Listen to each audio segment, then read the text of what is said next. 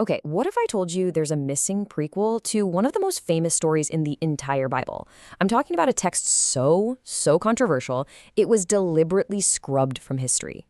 It was lost, only to be found again thousands of years later in an Ethiopian monastery. This is the wild story of the Book of Enoch. And that's the real mystery we're going to dig into.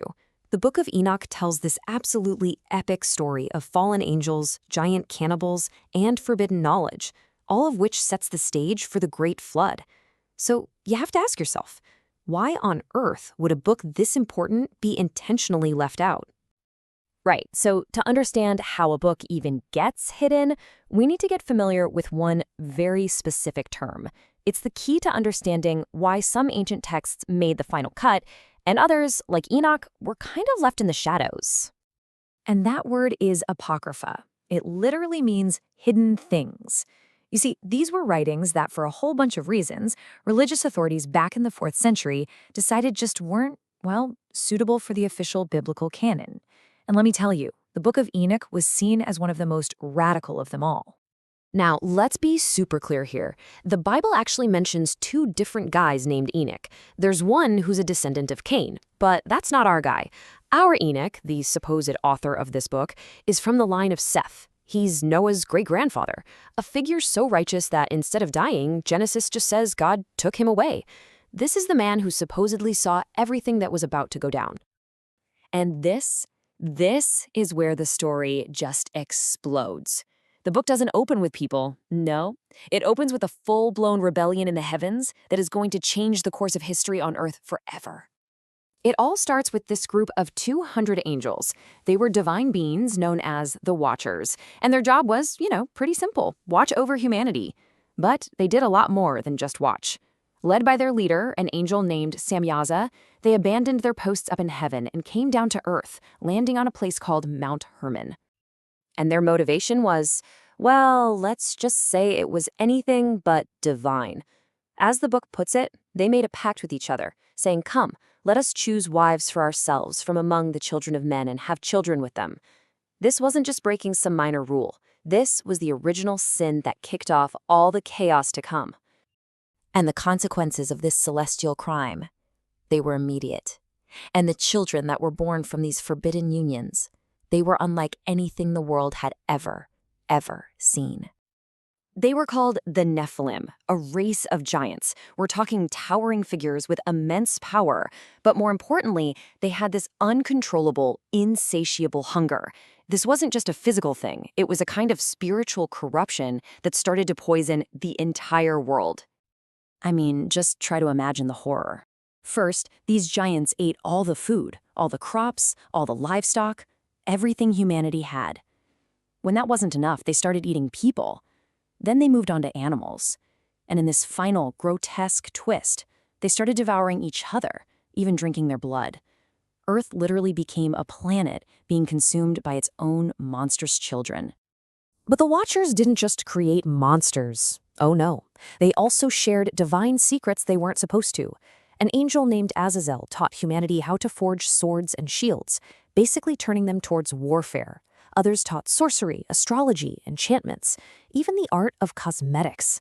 This was all knowledge that humanity just wasn't ready for, and it sent the world spiraling into chaos even faster. The world was completely and utterly corrupted. Violence, dark magic, sin. It was everywhere. The cries of the oppressed finally reached heaven, and God, seeing no other way to cleanse the earth of the giants' contamination and all this forbidden knowledge, decided to hit the reset button. And that reset button was the Great Flood. So you see, the story of Noah doesn't start with rain. It starts here.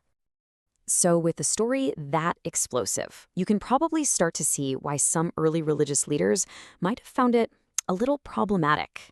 The journey of the text itself is just as incredible as the story it tells.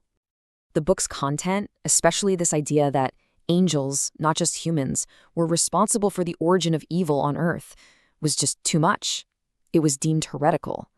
So by the 4th century, it was systematically suppressed, pushed out, and excluded from the official canon. And for the entire Western world, it effectively vanished. It became a piece of lost literature. But here's the thing. Even though it was lost to the West, the book was secretly preserved. Fast forward to 1773. A Scottish explorer, James Bruce, finds 3 complete copies in Ethiopia, where, get this, it had been part of their official Bible all along. And then, the real bombshell. In 1947, with the discovery of the Dead Sea Scrolls, they found ancient fragments of Enoch in Hebrew and Aramaic, proving its ancient origins and authenticity beyond any doubt. What's really fascinating is that even while it was lost, the book's ideas were so powerful that they just seeped into religious and philosophical thought anyway. It created this kind of hidden legacy that's actually still with us today. You'd actually be shocked at how many core religious ideas were shaped by this hidden book. The idea that demons come from the spirits of the dead Nephilim, the concept of a final judgment day, even the popular story of a war in heaven and angels falling, that owes more to Enoch than to the Old Testament. And the modern figure of Satan as a chief rebellious angel? Yeah, you can trace a lot of that back here, too. And the influence doesn't stop there, not by a long shot. The story of Enoch was also adopted by esoteric groups, and most famously by the Freemasons. They didn't just see him as a prophet, they saw him as a preserver of ancient sacred wisdom. Okay, so in the Masonic legend, Enoch sees the flood coming, and he takes action to save all of this important knowledge. He builds this incredible 9-level vault deep underground. Inside, he puts up 2 pillars. On a bronze one, he carves all the sciences and arts, but on a marble pillar, he inscribes the secret true name of God. The flood comes, the water destroys the marble pillar, and the pronunciation of God's name is lost. But the bronze pillar survives, preserving a fragment of this divine wisdom for future age to find. It's this incredible myth about protecting knowledge against all odds. So, after all that, we're left with a big question. What exactly is this book? Is it a fantastical myth, a theological warning about pride and forbidden knowledge? Or is it a piece of our history, an alternate account of human origins that powerful people wanted to erase? The text has finally been found, but its true meaning, well, that's still very much hidden.